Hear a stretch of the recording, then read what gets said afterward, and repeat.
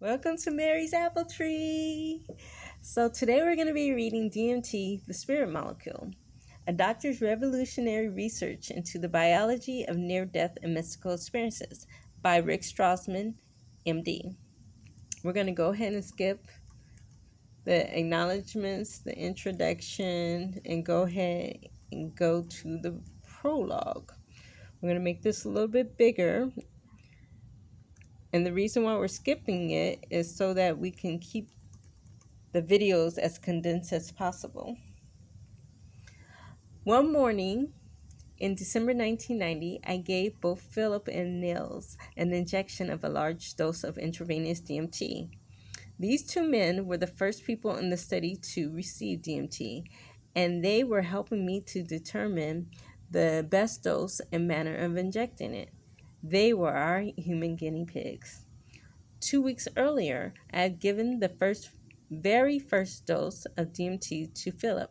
As I will describe, the intramuscular injection into his shoulder didn't give completely satisfactory results.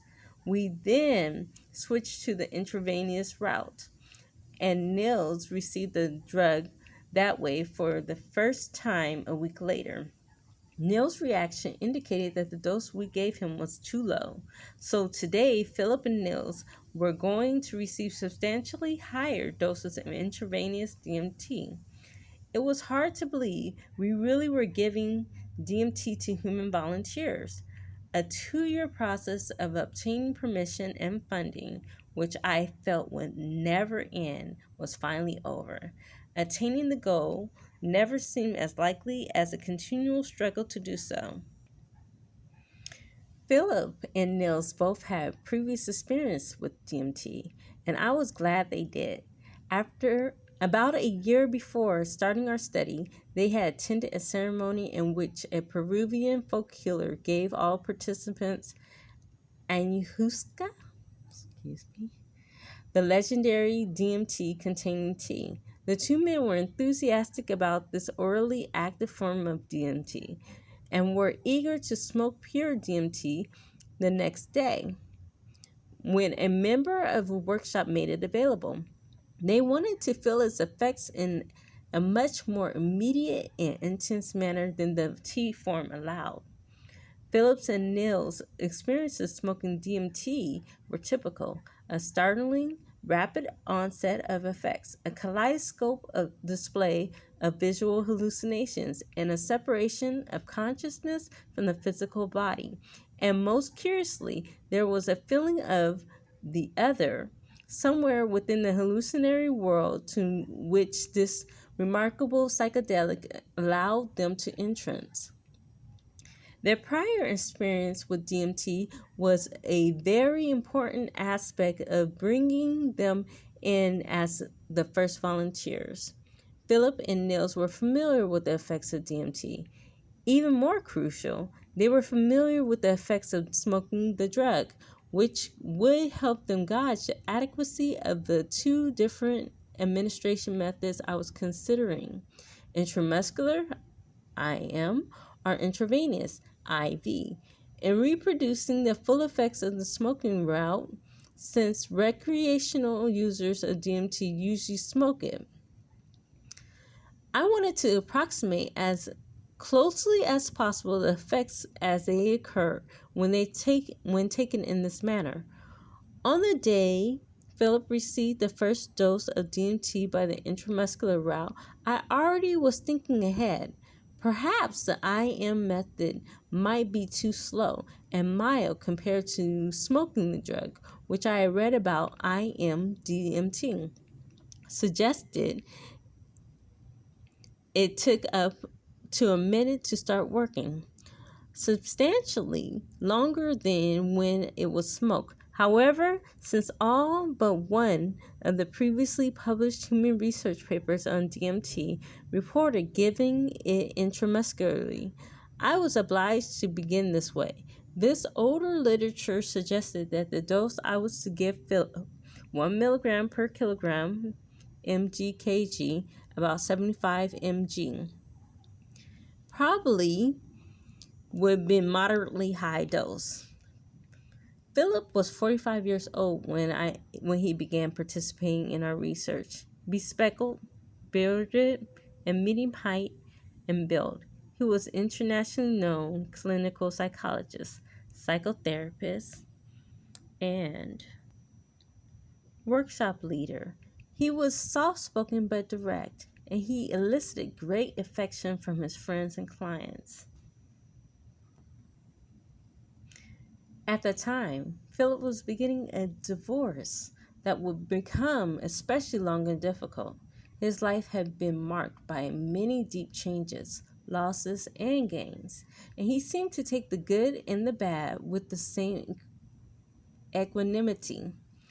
He liked to say that the title of his self-help bestseller would be Surviving Your Life.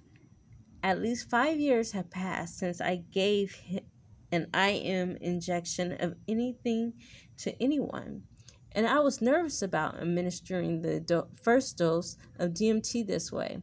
What if I miss? The last time I gave such an injection, I probably had been giving the antipsychotic drug haloperidol to an agitated patient with psychosis. These patients often had their arms and legs tied down by psychiatric orderlies or the police beforehand to make sure their disorganized and frightened behavior didn't end in violence. This also kept the patient's arms in a relatively stable position for my injection. I tried remembering the confidence with which I previously gave IM shots, since I had performed hundreds in the past. The secret was to think of the syringe as a dart. You were taught in medical school to pretend you're throwing this dart into the rounded deltoid muscle of the shoulder, or the gluteus maximus muscle of the buttocks. A single fluid motion, lightening the pressure, just as the needle pierced the muscle through the skin, usually produce excellent results. We practice on grapefruits. Philip, however, was neither a grapefruit nor an acute psychotic patient delivered up to me for involuntary tranquilization. He was a professional colleague, friend, and research volunteer on equal footing. With me and my staff, Philip was to be a scout. Cindy, a research nurse, and I were to remain at base camp to hear about where he went after his return. Practicing my technique in the air, I walked down the hall and entered Philip's room. Philip lay in bed. His new girlfriend, Robin, sat nearby. The cuff of a blood pressure machine was loosely wrapped around his arm. We would check his heart rate and blood pressure frequently throughout the session. I explained what was going to happen. I'll wipe your shoulder with some alcohol. Take as much time as you need to collect yourself. Then I'll inject the needle into your arm, draw back to make sure that I'm not in a blood vessel, and then push in the plunger on the syringe. It might sting, or it might not. I don't really know. You ought to feel something in a minute or less, but I'm not sure what that something will be. You're the first. Philip closed his eyes for a moment as he prepared to venture into the unknown territory, worlds only he would perceive, leaving us behind to look after his life functions. He opened his eyes widely to briefly gaze at us one more time, then closed them again, took a deep breath, and on his exhalation said, "I'm ready." The injection went in without a hitch. After a little more than a minute, Philip opened his eyes and began breathing deeply. He looked as if he were in an altered state of consciousness. His pupils were getting large. He began groaning, and the lines of his face smoothed. He closed his eyes while Robin held his hand. He laid extremely still and remained silent, eyes closed. What was happening? Was he all right? His blood pressure and heart rate seemed fine. But what about his mind? Did we overdose him? Was he having any effect at all? About 25 minutes after the injection, Philip opened his eyes and looked up at Robin. Smiling, he said, I could have done more. We all breathed a sigh of relief. 15 minutes later, or 40 minutes after the injection, Philip started speaking slowly and haltingly. I never lost touch with my body compared to smoking DMT. The visuals were less intense, the colors were not as deep, and the geometric patterns did not move as fast. He sought my hand for comfort. My hands were damp from nervousness, and he laughed good-naturedly at my anxiety, which was clearly greater than his.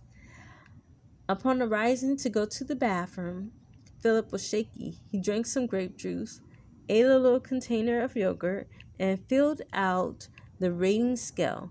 He felt spaced out, fuzzy in his mind, awkward. While we walked to